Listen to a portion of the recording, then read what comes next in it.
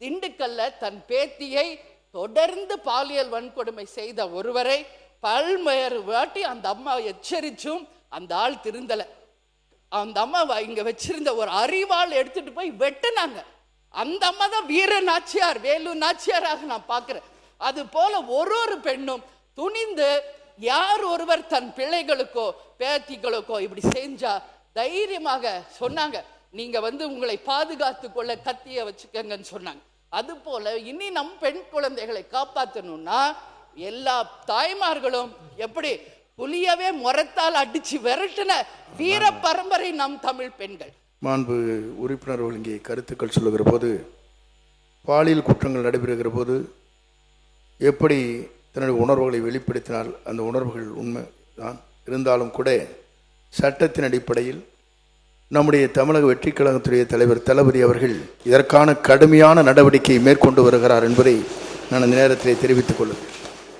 கர்நாடகாவில் 3 பேர் கொலை செய்யப்பட்டது தமிழ் மக்களுக்கு மிகப்பெரிய இது வேதனைக்குரிய விஷயம்.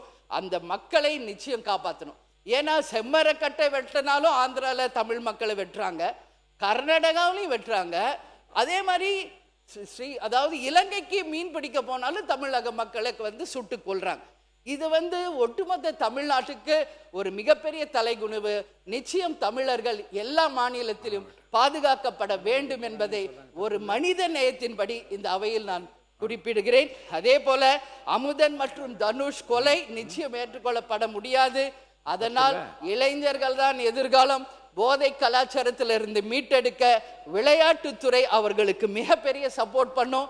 அவர்கள் இது மாதிரி டைவர்ட் பண்ணி வேலை வாய்ப்பை உருவாக்கி அந்த மாணவர்களையும் இளைஞர்களையும் காப்பாற்ற வேண்டியது இந்த அரசின் கடமை. அதே போல தொடர்ந்து பாலியல் வன்கொடுமை நடக்குது. ஒரு பெண் தலைவராக ஒரு பெண்ணாக இந்த அவையில் அதை நாம் பேசணும். இந்த கடந்த 4-5 நாட்களாக திண்டுக்கல், கிருஷ்ணகிரி, மதுரை போல ஒரு 10 இடங்களிலே பாலியல் வன்கொடுமை நடந்திருக்கு. எல்லாரும் பார்த்தா 4 வயசு, 5 வயசு, 6 வயசு பெண் குழந்தைகள். இது எந்த அளவு இது ஒரு கலாச்சார சீர்கழிவு என்பதை மனவேதனையோடு நான் பதிய வைக்கிறேன். இதுக்கு எல்லாமே மாணவர்கள் கொலை, பாலியல் வன்கொடுமை அத்தனைக்கும் மிக மிக முக்கியமான ரூட் காஸ் என்னன்னா போதை, கஞ்சா போதை, டாஸ்மாக் தான். இது தவிர வேற ஒன்றும் இல்லை. யார் ஒருவர் போதைக்கு அடிமையாகிறாங்களோ மனிதனிலிருந்து மிருகமா மாறிடுறாங்க. அந்த மிருகத்துக்கு எதுவுமே தெரியாது. தாய்க்கும் தாரத்துக்கும் எவன் ஒருவருக்கு வித்தியாசம் தெரியலையோ அவங்க தான் இன்னைக்கு 4 வயசு, 2 வயசு, 9 வயசு குழந்தைகளை பாலியல் வன்கொடுமை செய்கிறவங்களுக்கு ஏற்கனவே நான் ஒரு பொதுக்கூட்டத்தில் பேசியிருக்கேன். அதை இங்கே சொல்லணும்னு நினைக்கல. ஏன்னா என்கவுண்டர் தான் அதுக்கு தீர்வு என்பதை பல இடங்களில் நான் பதிய வச்சிருக்கிறேன். அதனால அது ஒண்ணுதான் தீர்வு. பெண்களாக அத்தனை பேர் இன்னைக்கு கொதிச்சு போயிருக்காங்க. அதுல ஒரே ஒரு உதாரணம் இன்னைக்கு நான் சுட்டி காட்டணும். திண்டுக்கல்ல தன் பேத்தியை தொடர்ந்து பாலியல் வன்கொடுமை செய்த ஒருவரை பல்வேறு வாட்டி அந்த அம்மா எச்சரிச்சும் அந்த ஆள் திருந்தல. அந்த அம்மா இங்க வச்சிருந்த ஒரு அரிவாள் எடுத்துட்டு போய் வெட்டினாங்க. அந்த அம்மா தான் வீர நாச்சியார், வேலு நாச்சியாராக நான் பார்க்கிறேன். அது போல ஒரு பெண்ணும் துணிந்து யார் ஒருவர் தன் பிள்ளைகளுக்கோ பேத்திகளுக்கோ இப்படி செஞ்சா தைரியமாக சொன்னாங்க, நீங்க உங்களை பாதுகாத்து கொள்ள கத்திய வச்சுக்கங்கன்னு சொன்னாங்க.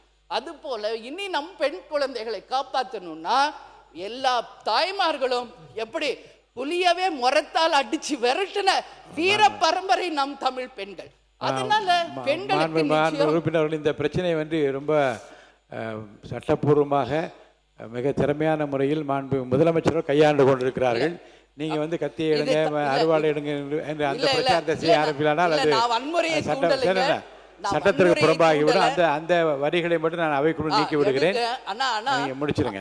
இல்ல சரி, அந்த வேதனை எனக்கு அந்த வேதனையும் நாம் எடுக்க வேண்டிய நடவடிக்கை துரிதப்படுத்தி தீவிரமாக எடுக்க வேண்டும் என்பதை மட்டும் எடுத்துக்கொள்ளலாம். மற்றபடி வன்முறை தூண்டும் விதத்தில் இருக்கின்ற வார்த்தை நான் நீக்கி விடுகின்றேன். மாண்புமிகு உறுப்பினர் சீக்கிரமா முடிங்க. பேரவை தலைவர்கிட்ட நான் கேட்டுக்கிறது ஒண்ணுதான், இதுக்கு என்ன நிரந்தர தீர்வு? அது மட்டும்தான் இங்க எல்லாரும் அது கண்டிப்பா யோசிக்கிறோம். ஸோ வேற அதுதான் அதுக்கு தீர்வா அப்படின்றத யோசிக்க வேண்டிய ஒரு நிலையில நாம இருக்கிறோம். அதே போல இன்றைக்கு விளையாட்டுத்துறையில வெற்றி பெற்றவர்களுக்கு கவர்மெண்ட் ஃபண்ட்ஸ் கொடுக்குறோம், காவல்துறை இறந்து போனா தரோம், பல்வேறு வகையில கவர்மெண்ட் சப்போர்ட் பண்றோம். அந்த வகையில் லாக்அப் டெத் ஆன சபரிவர்மன் மற்றும் அருணாச்சலத்தையும் இந்த அரசு கவனத்தில் கொள்ள வேண்டும். லாக்அப்க்கு கொண்டு போய் அவங்கள அடிச்சு கொலை செய்யப்பட்டிருக்காங்க. இன்னைக்கு வரைக்கும் அந்த குடும்பத்திற்கு எந்த நீதியும் கிடைக்கல, நியாயமும் கிடைக்கல. அதனால அந்த 2 குடும்பங்களுக்கு மட்டுமில்லை, லாக்அப் டெத்தில் யாரெல்லாம் இறந்தாங்களோ அவங்களுக்கும் நிதி இந்த அரசு வழங்கணும். அவங்க குடும்பத்தில் ஒருவருக்கு வேலை வாய்ப்பை தர வேண்டும் என்பதையும் கேட்டுக்கொண்டு, இன்சூரன்ஸ்ல 2700 கோடி ரூபாய் இதுக்கு வருது. 100 கோடி ரூபாய் ஒதுக்குனா ஒவ்வொரு இண்டிவிஜுவலுக்கும் அதனால ஃப்ரீ ட்ரீட்மெண்ட் கிடைக்கும் என்பதையும் கூறி, எனக்கு வாய்ப்பு கொடுத்த அவைத்தலைவருக்கு என் நன்றிகளை சொல்லி விடைபெறுகிறேன். நன்றி, வணக்கம்.